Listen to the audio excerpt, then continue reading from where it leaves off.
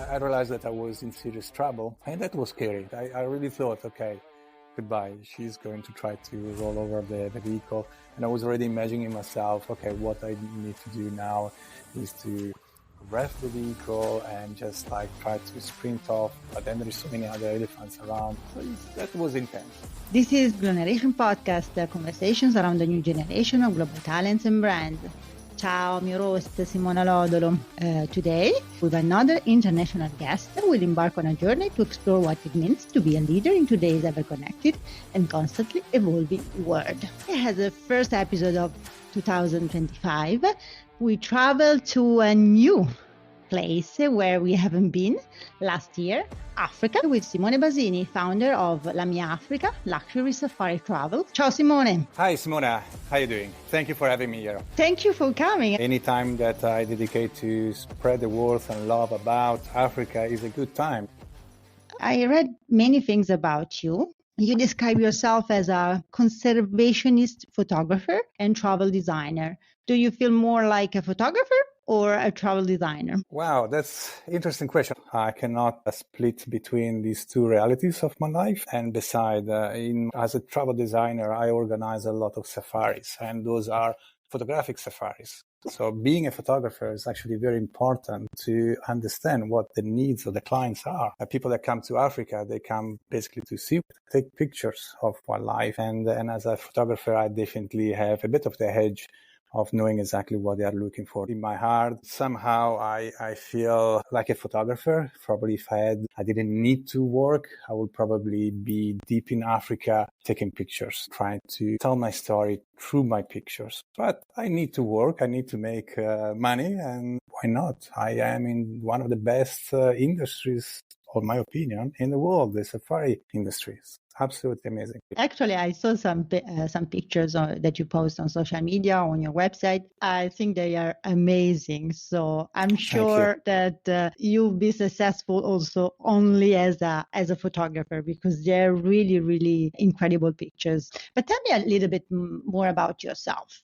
How did you end up to Africa? I came to South Africa thanks to my parents. Although the first year of my experience here in Africa was more traumatic. I didn't like it. I'm originally from Biella in Italy. My mother is from South Africa. My father is from Biella. Some people will say I am not Italian when I'm in Italy, and I am not South African when I'm in South Africa. But I know I feel both of them. Unique DNA. You said you ate moving from Biella to South Africa. One of the reasons why I didn't like the first year I was here in South Africa is because we end up living in what we call the Platteland, an area that is very, very flat, no mountains. And since I was very young, my passion was rock climbing, mountain climbing.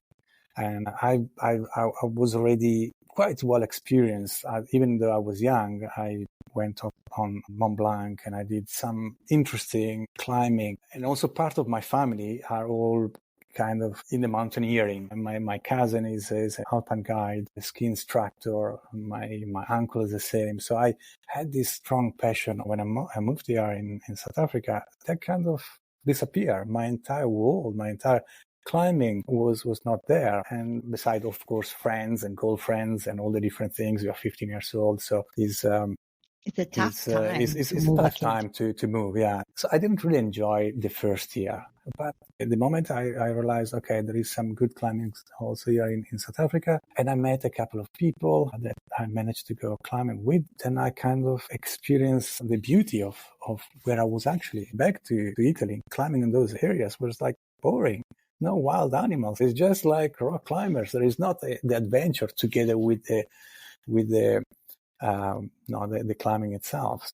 Particularly one of my best friends, when I met him, I was 16, and he is a veterinarian.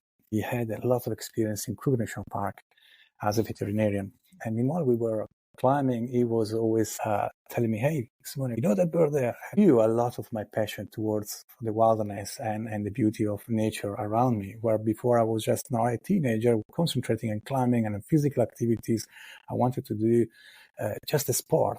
Going with him, it kind of opened up the beauty of Africa is the wilderness, is the amount of birds, amount of animals that you can still see in pristine areas of the country. So meanwhile we were climbing, we had to be careful on baboons. We had to be careful on hyena dens. Sometimes we were descending and all of a sudden at the bottom there was a den of hyena with different bones and things like that. We were camping like in the evening and we were making a fire, and he would tell me, you know what, just whatever you do, don't use this wood. This wood is toxic. It was teaching me a lot about the wildness and kind of stuck with me, and that's why then I decided to become a guide. That's a fascinating story. You mentioned birds many times, and I was super curious because anytime you look for a tour in Africa or you watch a documentary, the African Big Five are the most attracting elements of Africa. While you have the birds in many of your pictures, you have birds in your logos. Why you are so attracted? Let's put it this way: as a guide, you are exposed to animals, lions, elephant, and all the big five continuously. And that's exactly what clients want to see, the big five. I mean, if I bring in a safari and I'm not able to show the clients a lion or a leopard or a cheetah or an elephant, they get disappointed. Me as a guide, I see them in all different type of positions, doing all different things, from hunting, chasing, whatever.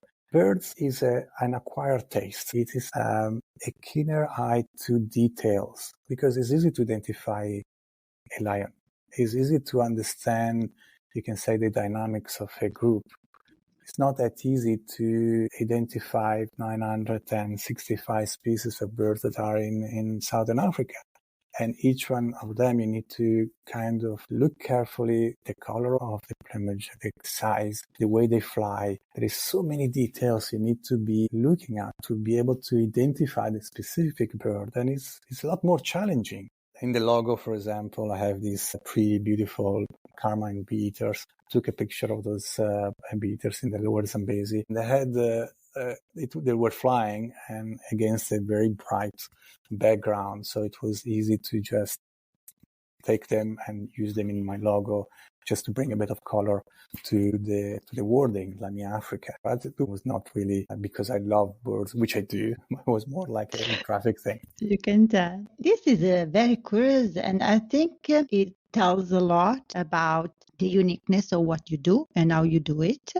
Because apart from not disappointing with the big five, I think looking for something unique, not just encounter those that everyone wants, I think tells a lot about this luxury, unique experience. A safari is not just seeing big animals. It is an experience of understanding what is around you. 360 degrees.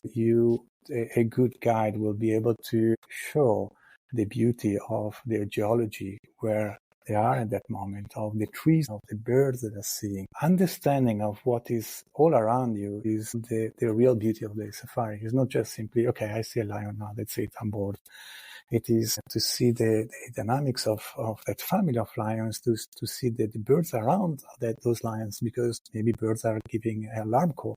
So now that you hear this alarm call because there is predators, and it's the interactiveness of everything around you that makes a good safari, not just the big five. Simone, I'm so fascinated about your job, and I want to ask you, how do you create a safari itinerary? Every single itinerary of ours is different. We are tailor-making every single itinerary. So there is not really one single formula that we apply. When we have a request, we will engage then with the client to understand budget, where they want to go, how many days, if he has experience in Africa, if he has some particular interest, if he has some difficulties maybe in walking, understanding his age. We need to have as many information as possible. So with these informations, we create the best possible itinerary for the client.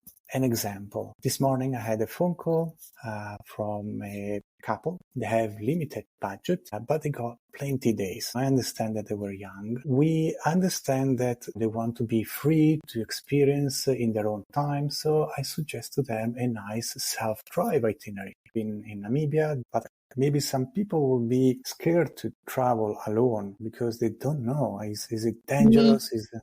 I would be one of them. 90% of our clients come to Namibia or to Africa and they will do a nice self-drive. We have other clients that have a huge budget, but for example, they don't want to mingle too much with other people, or because they are famous, they want to have their own privacy. We need to make sure that from the moment they arrive in the country, everything is private.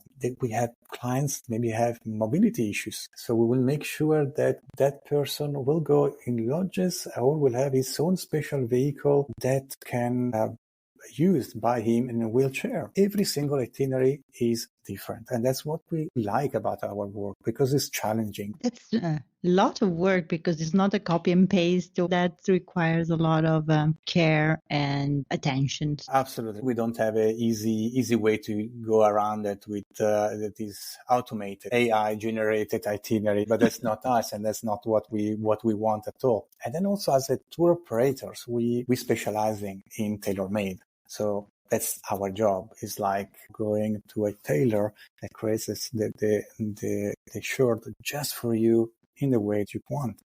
So it's a big difference. And are you always ready to have a plan B just in case? Before we sell any itinerary, we really need to make sure that is doable, that the conditions in the country are correct. I organize a tour, and then it would be my responsibility if something goes wrong. So we try to avoid as much as possible any kind of problem. We basically always have a plan B, always have a solution. A good example would be after COVID, they had a lot of problems with airlines, delay flights with cancellations. For example, in Tanzania, we have often this kind of problems. We always have the first night at Arusha or Dar es Salaam. We try to have the first night as a kind of an area that is easy to arrive, even if your flights is delayed. If you arrive and immediately have another flight that departs only once a day or once every 2 days to the next destination, and you miss that one out, then it's a big problem logistically. You have clients from different nationalities, but you also work with local staff, partners, guides, lodge owners from different parts of the world. Cultural differences are for sure something you master. What are the secrets to adapting your approach to different cultures? Well, I mean, you're working with people, and at the end of the day, you want to make everybody happy. You want to respect their culture. You want to make sure that when they are on tour with you, their needs are valued. On certain things, on the quality of service, you do not compromise, no matter the cultural difference. For example, Italians need to be flexible in their itinerary. We want to book a tour and then change the tour. Funny facts. Whenever lodge owners, people working in the industry, they see Italian people coming, they know that they will change 3 times. In the morning, they will have an outfit. In the afternoon, they will have an outfit. And in the evening, they will be having a new clothing. That is just the way the Italians are. They make fun of us because of that. Yeah. I think we are very well known for this. Italians are known that to love their food. If I take a tour with Italians and I go in and I send them in lodges that the food quality is not that good, I will have big problems because they will not be happy.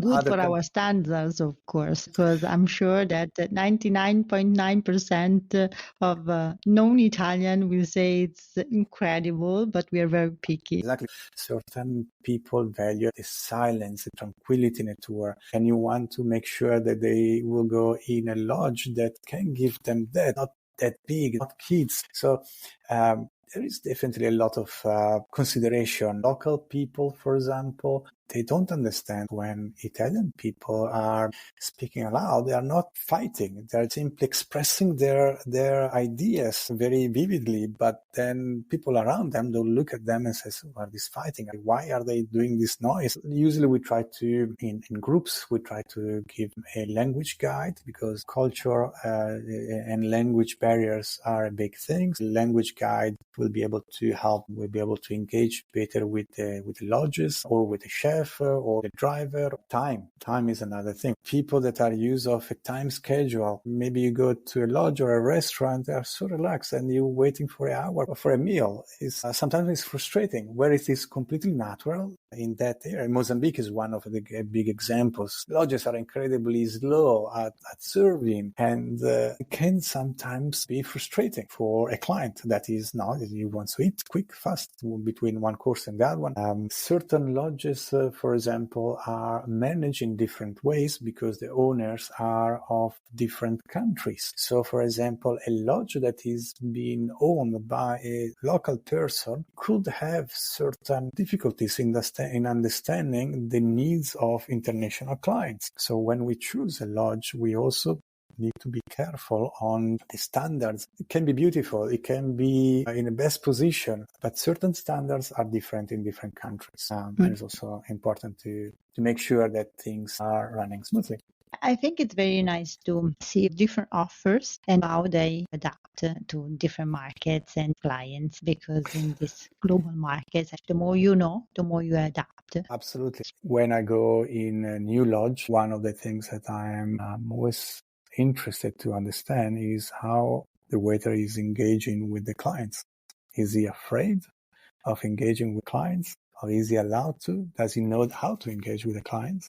Because a waiter is part of the experience of a client. So there are a lot of things. The cleanness, that is very difficult. Local people have their standards. Some international people have different standards, and you need to adapt to the standards of your clients. For me, a room can be clean, but for somebody else, it's not. Do you have a kind of training for your local guides? Absolutely. We have very high quality guides around Africa. To become a guide, you really need to study. You need to do quite an intensive course. So the quality of guides in South Africa is good. And Zambia and Zimbabwe are some of the best guides in Africa. The training is amazing. What I like a lot about the Tanzanian guides is that there is a lot willingness to learn languages. And when you kind of learn a language, automatically you also learn part of the culture. So having a local guide that speaks Italian is also a guide that understands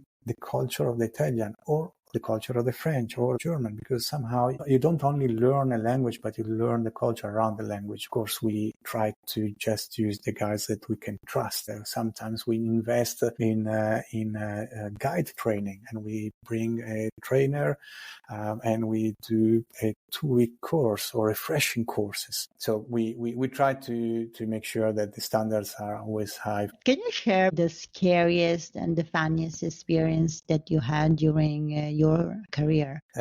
I started as a guide, and I was working for all different tour operators in 1995.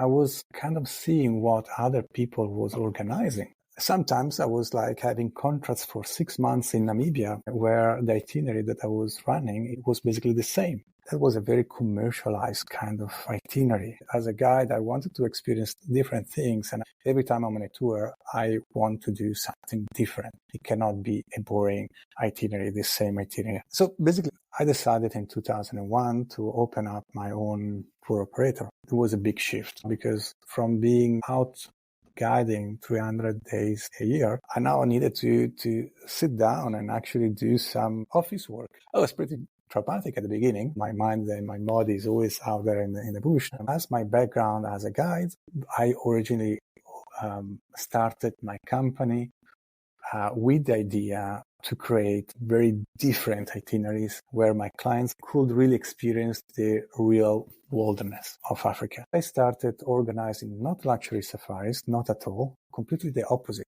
I was organizing expeditions. It entails you to to do a lot of wild camping where there is absolutely nothing around. That is basically the very first 5 years of Lami Africa overlanding expeditions. So the opportunity to camping is the ability to go in areas that are non-touristic, very wild, and you need to be completely independent for days. When you do an expedition, you go in areas that you need to make sure you got enough fuel for maybe 1,200 kilometers because there is no petrol station around there.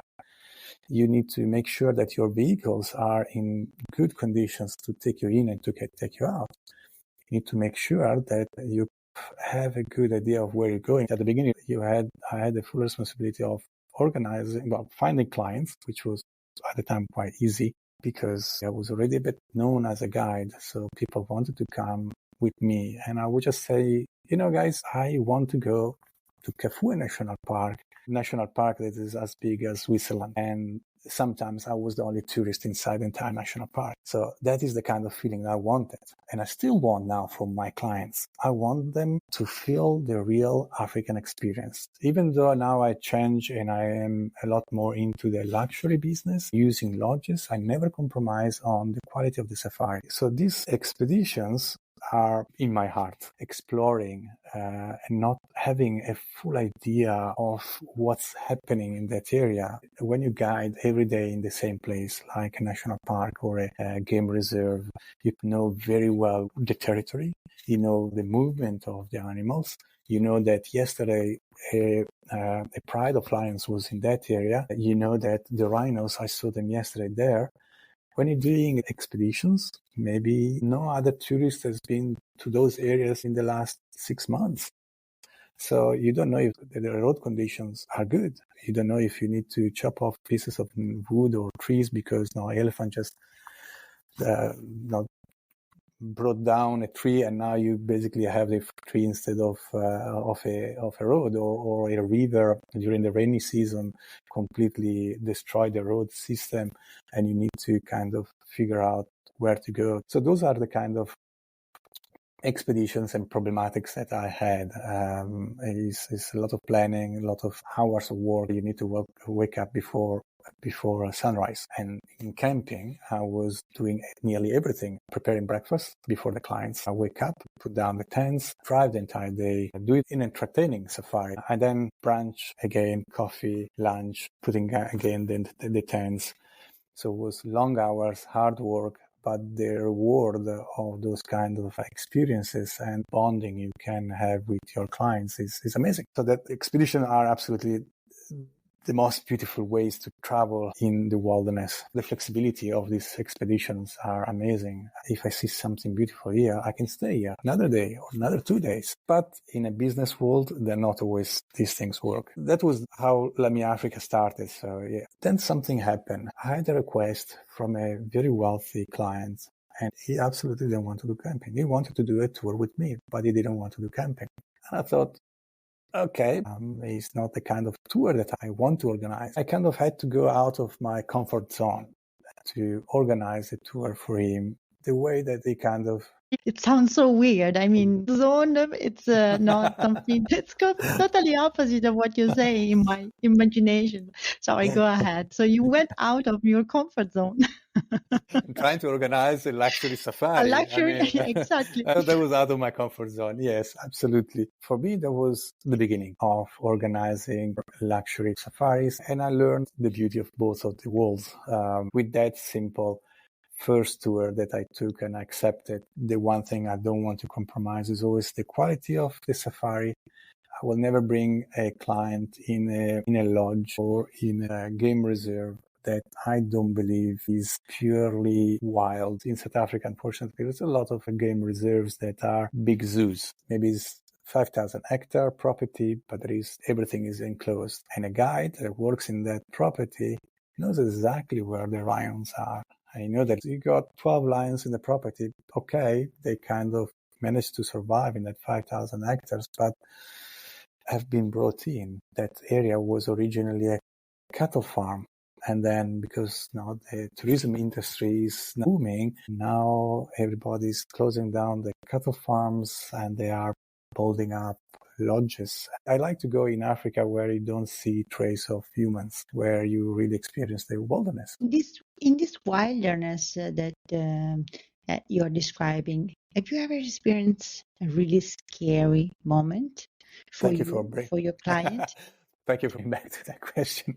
Yes. Yes, absolutely. Many moments that I can think, wow, that was scary. One specific, I was guiding a small group, so it was only one vehicle. At the time, I was working in a lodge in Zambia, which is very close. The lodge itself was very close to the Botswana side. So I was bringing clients into Chobe National Park, and I had to go to a camp. That specific day, there was hundreds of elephants everywhere going towards the river, and I had to cross all these big herds of elephants, and it's not easy. The road conditions are horrible, sandy roads, so it's easy to get stuck if you're not careful. And so you're traveling, and you need to be careful of all the animals and all the elephants and all the dynamics around you to make sure that no, you don't engage in problematic elephants. I mean, elephants tend to be relaxed in certain national parks, like Chobe National Park, which is quite touristic. They are quite used to see vehicles. But on that specific day, there was this small family group. Usually when the elephants want to cross the road and there is a vehicle incoming, a lot of times one of the big females will stand in guard and let the younger one cross. So that was happening. They are busy crossing the road, so I just relax myself here. And all of a sudden, this elephant became very, very intense. It was becoming more and more crossed.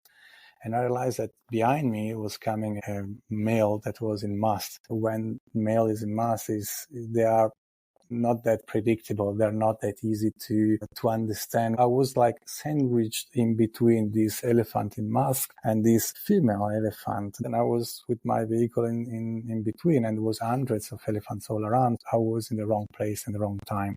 And that female elephant was just simply thinking, I'm going now to roll and make space. This guy here is, and he was basically 5 centimeters from the vehicle. And in that moment, I knew that if she would have charged me because of the tension that was between the male elephant in mass that was coming, and she was there not happy with me and the male elephant, I realized that I was in serious trouble, and that was scary. But then everything kind of went off, and I managed to chill them. But that specific moment, I had an elephant pushing up the back of my vehicle when I was going back to the lodge that I was working. That was scary, but not that intense because I didn't have the clients with me. So if I'm alone, it's okay.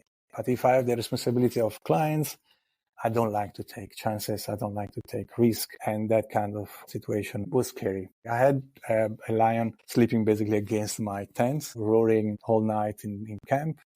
I had that, but that was not as scary as that moment with that specific elephant, which I really thought, okay, goodbye. She's going to try to roll over the vehicle. And I was already imagining myself, okay, what I need to do now is to ref the vehicle and just like try to sprint off, but then there is so many other elephants around. So that was intense. I would consider that the biggest scare of my career. And one of the funniest? Well, it's always fun when you have these kind of encounters and then you speak about them around the fire and you make fun. And yeah. So, can you share a little bit the process of either have a career or being an entrepreneur in the luxury safari? In a tourism. Okay, let's step back. There has been a huge evolution in this, in the industry because of communications, because of internet. So the question that you ask is, how do you start to become a tour operator? That's depending which kind of tour operator you want to become. When it comes to my work, because we are specialized tour operators and we are in the ground doing hands-on. hands-on. You definitely need to have a lot of local knowledge. You can start with a study in tourism, in marketing, in nature conservation. Everything helps. But in terms of education, is there a school, an academy? No, not really. So there is not really a proper schooling. Each country has different courses. The courses that you can do in South Africa are quite intense. Are 3 years university courses. But they give you that's a lot. They give you a general idea of the tourism. For example, in South Africa, to be a registered tour operator, besides registering as a company with taxation and everything, you need to have a physical address. You need to employ at least one guide permanently. And they are certified. Is there like a certification for guides? Yes, exactly. That is a certification that you need to have to be able to practice as a guide, and as a tour operator, you need to have at least one of your employees that is a guide, and that is the beginning. My idea is that you need to really travel a lot in the country, so you need to visit all the lodges. You cannot just invent yourself or go and study in a school and then you come out and you have absolutely knowledge on how to do it. It's a long process. The best thing is probably work for a tour operator, get the understanding from a tour operator. Are there trends or directions that you see in your specific industry that will be particularly relevant in the future? Yes, absolutely. Not only in the future, but also already now, the sustainability of tourism. I am a big believer in this. It's important that my clients go and visit an area, and the money that they spend visiting the area is not benefiting only few people, but the entire community. My approach towards tourism is always towards trying to choose the accommodation or the areas that are already engaged in sustainable or in conservation tourism. When you engage in sustainable tourism, it means that the people around, for example, a national park, benefit from tourists. Tourists from rich country come to Africa, a very poor country in Africa.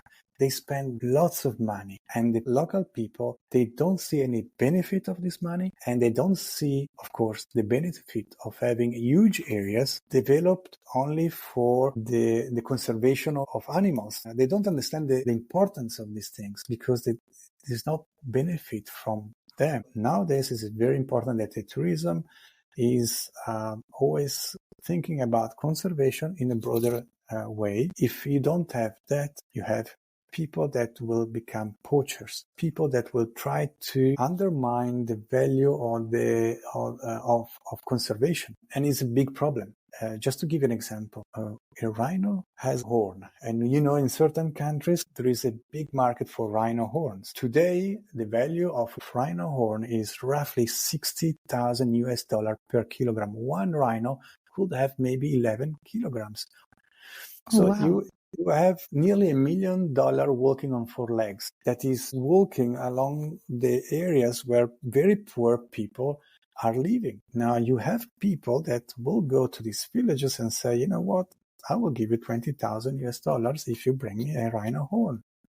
These people never see in their life $20,000. The poaching is the problem with poaching rhinos is huge in Africa. In the past years, only in South Africa, we had an average between 800 and 1,000 rhinos poached a year. It's a lot. The same thing happens with elephants or other animals like gorillas, chimpanzees, birds, because there is a market for these. And around the area where there is supposed to be conservation of these animals, they've never been engaged into this sustainable tourism. So they never benefit. They never understand the value of this. To the local people, lions are a problem. They eat their cattle. Elephants destroy their crop. So if tourism cannot bring money and understanding and knowledge to those areas, it's not going to be a sustainable tourism, because in the long run, the people are just going to be tired of these huge areas that they can be used for other purposes, like agricultural purposes or not bringing cattle. So tourism needs to be sustainable. That is, for me, fundamental. Every tourist should choose a sustainable tourism when going on holiday. I like this educational approach from both sides, from the client side, and then from the other side, you educate the local people in the sense that tourism can make the difference in their life. It can and it should benefit everybody. I mean, the big players in Africa are usually from overseas. The people that have money, the lodge owners, and most of the tourists are from overseas. They are wealthier, and yes, it is nice to see villages with mud huts and everything. But we need to put ourselves in their life. It is a very hard life, and it is important that my money that I spend in that area benefits for them. If not directly, it can be indirectly, maybe by building water pumps, so fences that protects their crop from elephants, or schools, or hospitals, infrastructures like roads. Also, a lodge that will choose primary personnel, so staff members that are from local villages. That is an important choice. Not always an easy choice, because sometimes it's a lot easier to employ people from other areas that already have the know-how. There is a lot of learning. So this gives me a good link for questions about the skills that someone must have to have a career like yours, entrepreneur, guide, photographer. What are the 3 skills or traits that you think are a must? As a guide, you need to be very relaxed. Anything can happen and you cannot transpire worries. So you need to be always in control of the situation. The ability to be a leader, and at the same time make sure that your clients are always relaxed, no matter what the situation. Of course, communication skills is important. You need to be able to communicate quite well. That is as guiding is concerned. As a tour operator, you need to be very attentive to details. You need to get the best rates possible. So definitely contractual ability with lodges is important. And when you create an itinerary, you need to visualize the trip. You need to have the knowledge of every single lodge, hotel, every single area that you send clients. As a photographer, a lot of patience and really a drive to take the perfect image, and also to visualize the image you want to take. Is very important to, as a wildlife photographer, kind of predict what the animal will be doing. Gives you the edge and will give you the opportunity to freeze that moment and be prepared when that thing is happening. Understanding the animal that you want to take pictures and understanding what he will be doing, and put yourself in the right position, in the right light. Photography is a lot to do with light. So if your subject is against the sun, it's not, you can still take a picture, but if you not are gonna able be good. to. Yeah, exactly. I mean, that's depending, of course, on the quality of images you want. Sometimes I work with professionals and they come to me and they say, Simone, in my book, I need to have more leopards. Let's go and take me in a place where we can effectively see better leopard sightings. So I will try to choose the right place for them. And then I will try to position the vehicle in the correct place, maybe wait for the animal to do what you want it to do. Some guides don't have the passion of photography. Maybe they don't understand the value of the lights. So they position themselves just anywhere. There is the animal. The client sometimes doesn't have enough patience. And you need to tell them, if we wait a bit, this animal might start moving, or is going to start hunting soon, because if you understand there is prey coming close by, the good chances that now something is happening. So you try to make sure that you're always in the best position, and you tell them, wait, don't go now. I know that we've been taking the picture of this lion that has been sleeping for 2 hours. Now you are bored. But if you wait maybe still half an hour, we might be able to get the picture that you really want. That's quite a skill, I have to say, because knowing the stressful life that probably, especially business people have, being able to persuade them in a positive way to a patient might be very challenging. It is, but it's very rewarding. It completes itself when you visualize something, you think something is going to happen, and you advise your client, please hold with me. Is there something that you wish you knew before starting this entrepreneurial adventure? Definitely, I would have started with luxury safari a lot earlier. It has been, for me, a journey also of discovery. It is fun to not knowing and having an idea of what you want, and then you end up doing something completely different. It's part of the journey.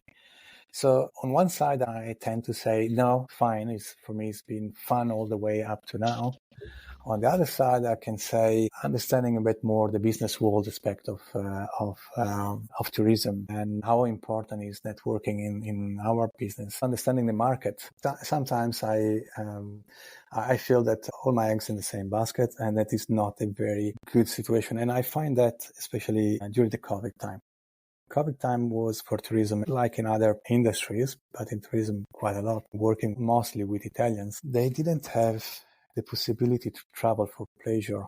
So I had some business travels. Luckily, I had other tourists from different countries that were able to travel. That made me realize, okay, now it's time for me to also seek different markets. And that is what we are busy doing now. If I knew that before, I would have started long before. I kind of became complacent on just simply having a lot of work and be happy with the amount of work that we have. And I never really tried to look for different markets. If I knew it before, I would have engaged long before. Are there local centers or a quote or something in the local language, in local culture that you use and that represents you the most? I would say an Afrikaans way of saying is a boer maak 'n plan. It means a boer will make a plan, means that there is always a solution. I'm enabling myself to always find the solution. One of my biggest characteristics is the ability to solve problems. In the office, I'm not loved because I'm a very precise person. There is people that are a lot more precise than me, and that is good. I have them because they're better than me on those things. But then when there is stressful situation, I make a plan, I solve the problem, and everybody's happy. That is probably my mantra. even when the things are difficult, I tell myself I have to make a plan. Nice. Let's suppose we start a masterclass on how to become a global talent and manage a luxury travel brand like yours. As a professor, what subject would you teach? Psychology is important because you're dealing with people. You need to understand the need of each individual to really give him what he wants. When we engage with our clients, the first things we ask questions. So we understand their background. We try to understand what is their acceptable standards. And I also want to see how much can I push them to do that small adventure that they will remember for the rest of their life.